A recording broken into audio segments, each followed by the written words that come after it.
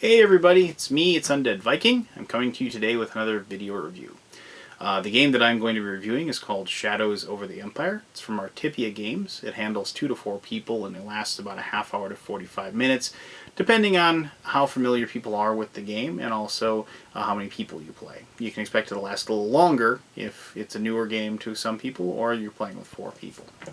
The theme of the game is that there is this city, this in like some sort of fantastic setting, that has just recently been conquered.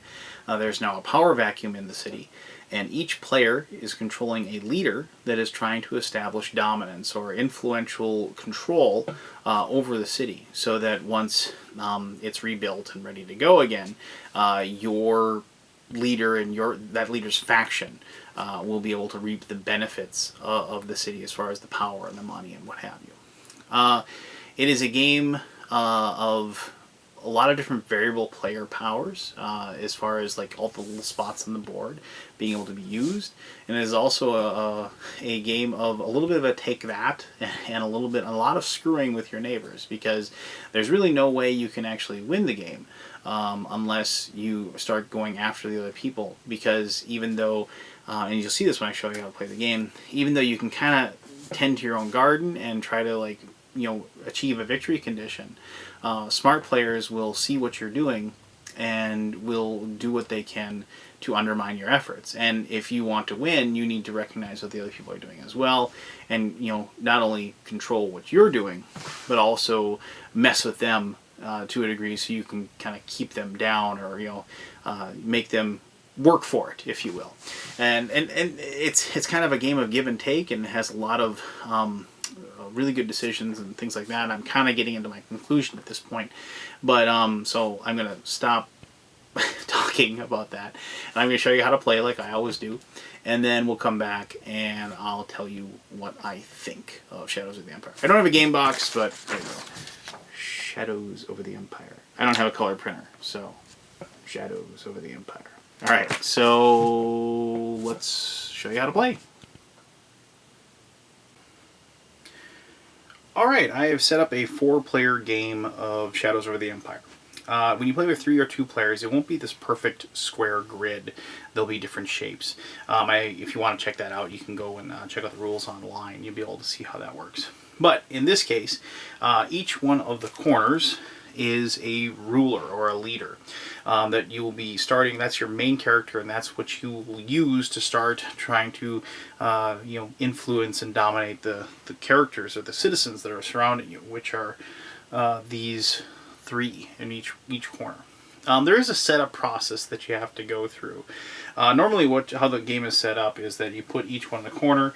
This person in the middle is a constant, and then each person, starting with the first player, will draw a card, and then they get to place it in one of the 3 spots. I've already done that. I just didn't want to go through that whole setup process. I will show you this though. If you look at the card, you'll see that there's the person's name and like some flavor text, not really flavor text, but basically their power, and you'll see these 4 symbols that are on the bottom. And this symbol is law, that symbol is religious, that symbol is noble, and that symbol is like rich, whether they have money or not. You'll notice that one of these symbols has like the gears around it, and that is their basically their main tribute, if you will.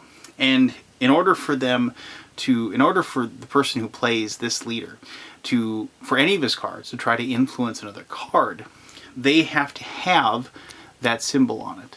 And you'll notice that it's colored in green. You'll notice that, let me find one here, like here.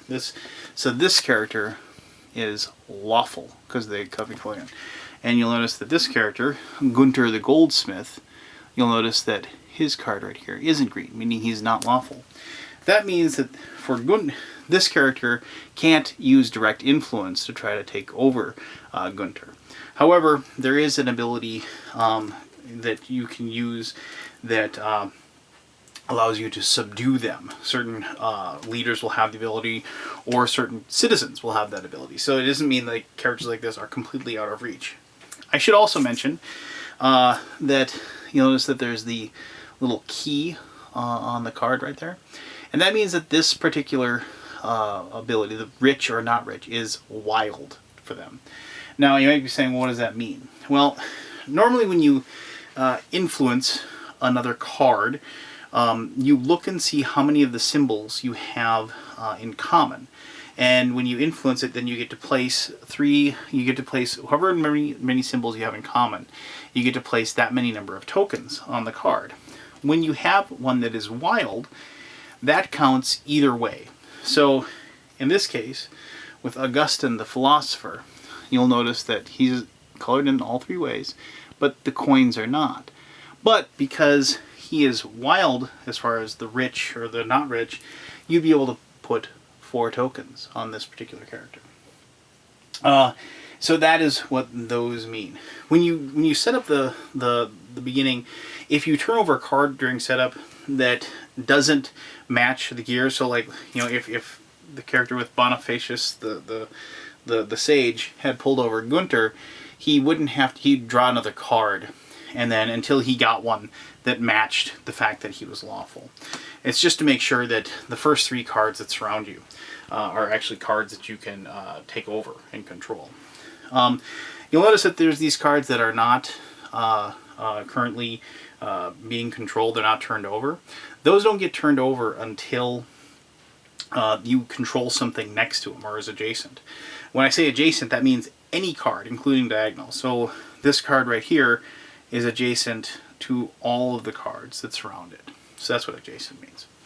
Now, on your turn, you have 3 actions that you can choose from. You can try to influence something, you can use a power that's on a card, or you can pass. Once you pass, you're done. Everybody else gets to keep going and doing whatever they do, but you're done. You just have to sit there and watch. Normally you don't pass unless you just basically don't have any other options, because none of the abilities on the cards, or you can't influence anybody anymore. Influencing is really easy. As I mentioned, like the sage, he could say, I am going to influence Augustin. And so, as I said, they would have, because of the fact that the coins are wild, you would take the tokens and you'd place those on top of it like so. And then you take one of these tokens and you place it on there, meaning that you have used his influence ability, because you can only influence with one card one time a turn. And then you'd place one on there as well, because there were no tokens on there beforehand. And that's basically so you can't use Augustin to influence something else. You can't just keep moving around and like, okay, now I'm going to influence him, now I'm going to influence him, and so on and so forth.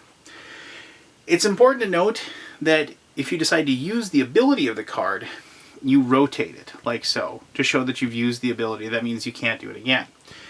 Now, leaders can both use influence or use their ability on the card in any order they wish. That's just that's what the special ability that leaders have. These cards, however, the citizens, you can influence with them. So like on later turns, I could use this card to say, I'm going to use this card and I'm going to influence that card, or what have you. And you just go ahead and do that. But if you had used the ability on the card prior to using the influence, you can't. Once you've rotated it, you can't use the influence. So each person will take a turn, and so like here, the prioress will just go ahead, and I'm just going to drop some. So usually at the very beginning, you're almost always just using influence, and so like there's that, and then we'll go over here, and like so, and then finally down here, and we'll go like actually, because he's got wild on law and this one is blanked out, so we'll go ahead and we'll put the 4 on there. And then maybe they've taken some special abilities or whatever, but and then eventually everybody passes because they don't have any other options. And so then now you'll reveal the other cards that are adjacent. So you'll reveal that one and reveal that one, and let's see, this one gets revealed. And it should be noted that you can't ever affect a card that is upside down. You can't ever do anything to it. You can't move it. You can't change it. You can't rotate it. You can't do anything. And so you can see how slowly but surely, actually, like the rest of the board gets revealed pretty quickly. Because I mean, you're always going to be influencing other spots and doing certain things. Now, and just to move ourselves along, let's just reveal these. Now, there's two things that are like ways to win the game, and you either need to. This is the distinct personality of the city. This is the spoiled heir, the prince, and in order to win, you either one have to completely control this, meaning that you have tokens on the prince and nobody else does. If somebody else has tokens on there, and just maybe more than one someone, it's contested. It doesn't matter if and this is any card, not just the one in the middle. Any card at all. I could have 10 tokens on one of these cards. And if somebody else has one, it's contested. Nobody controls it. Nobody can move it. Nobody can take nobody can use it to influence anybody. Nobody can take a special action with that thing. You have to somehow get rid of that token of the other person off that card. So then you'd have control over it. But in order to win the game, one of the ways you win is by having complete control over this particular card. And also you have placed all of your other tokens on the board. And you have none in your reserve. Each person has 18 tokens. Now, that only happens at the end of a round. After everybody's passed, if you still are in that situation where you've used up all of your tokens, they're all over the board, and you control this in the middle, you've won the game. A second way you can win the game is that if you've got all of your tokens out, meaning you have none, once again, in your reserve, and none of your tokens are currently in a conflict, meaning that where they are in complete control of each and every card. You win that game. But you can only win it if you're the only person who's done that. If more than one player has done that, then it's a tie and you keep playing until only one person remains. Now, the last thing is that if somehow one person has satisfied the winning condition with controlling this and having all the tokens out. Notice, I didn't say that they have to have no conflict. You control this, and every other one of your tokens that's out could be in conflict, but you'd still win because you control this. If somebody has done that, that takes precedent over the other winning conditions. So that person, there would be no tie. That person would win. But so you might be wondering, well, how does all this happen? Well, all the different abilities that each one of these cards have usually has some way of messing with everybody else. They allow you to place more tokens out on the board. They allow, like take this leader, Ornato, the patrician. He gets to add 2 tokens, and when he uses power, he gets to add 2 tokens to any location that has no tokens on it at that time. And so, if you had the situation, obviously there'd be more of these tokens out right now, but if you use that ability and this one had no tokens on it, you could go ahead and place 2 on there. You would also, mind you, place an influence token to not allow you to immediately use that card to influence other things. But you have that ability. Other abilities allow you to take tokens off and you can hand them back. You can even take your own off if you think you want to use them somewhere else. It should be noted that when you do an influence action, so say Red has control over we're the innkeeper here, and she wants to influence Caden, the exorcist. Now the symbols that are on her card don't matter at all for the influence. The only thing that matters is the leader that controls that, and then you have to compare the leader's markings. You have to compare the leader's markings to the one that's on the card. It doesn't have any difference. Now, so you have to be constantly reminded that is the card that matters. The leader card is the one that matters when you're doing your influence. I mentioned the subduing. Now, subduing is as I said, certain characters will have that ability, and also like citizens, I should say, characters. So citizens will have that ability, and also leaders will have that ability as well. When you subdue somebody, it doesn't matter if the leader, if the person doesn't have the direct, like this one's lawful and this one is money, and this one is religious and this one is noble. If that's grayed out on the person, normally you can't influence that somebody. But if you have the ability to do a subdual action, you're still able to place your tokens. So, the prioress, she's religious. So if there was a non-religious character, let me just find one really quickly here. Like here. Ungervast, the Major Domo. He is not religious, but if I had a subdual action, I could still go ahead and place my tokens on there to take control of it, because of the fact that I can break the rules basically with that subdual action. What this game really boils down to is that each person will be trying to use the abilities on the cards in conjunction with the influence that they're able to spread as well. And so what usually happens is that the areas will start being used up. There'll be certain ones under certain places will be in contention, and so on and so forth, like so, and eventually like everything will have tokens on it, and each person will be trying to just squeeze as much control as they possibly can out of the thing, and making sure they get the certain abilities on the certain cards that work best for them to like try to wrest control of either the center spot or making sure they're not in contention anywhere else. It should be noted that at the end of a round, if you rotated a card for the special ability, obviously those get reset.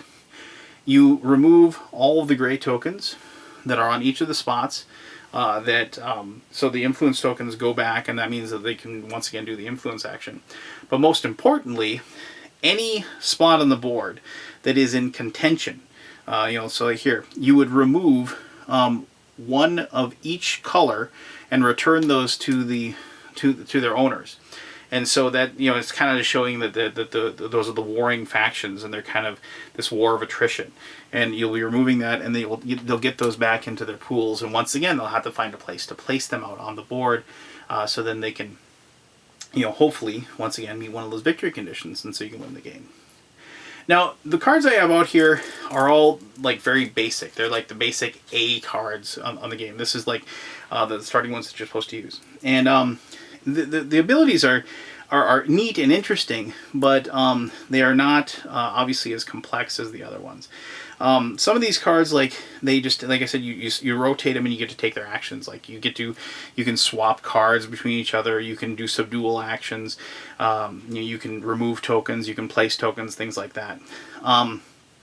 Some cards are reaction cards, meaning that if somebody takes an action and then it satisfies the reaction of what your action is, then you can immediately rotate the card, and you can say, a lot of the cards are like, oh, I'm gonna remove your tokens off that spot. Oh, I'm gonna react and I get to do my action now because you're attacking me. Things like that.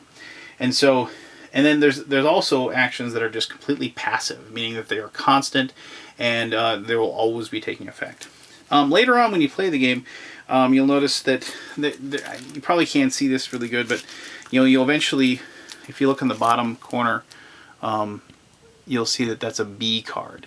And then so these are the A cards and that's the B card. And then later on, and that like increases the complexity of the cards and what they do a little bit.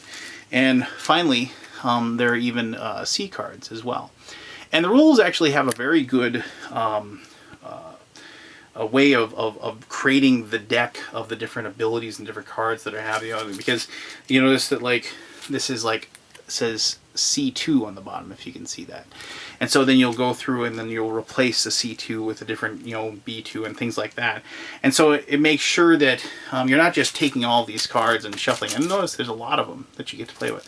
You're not just having a random hodgepodge of different cards out there. So like certain leaders will be put at a disadvantage right away because of the fact that they won't have enough of the cards of their type available for them to play.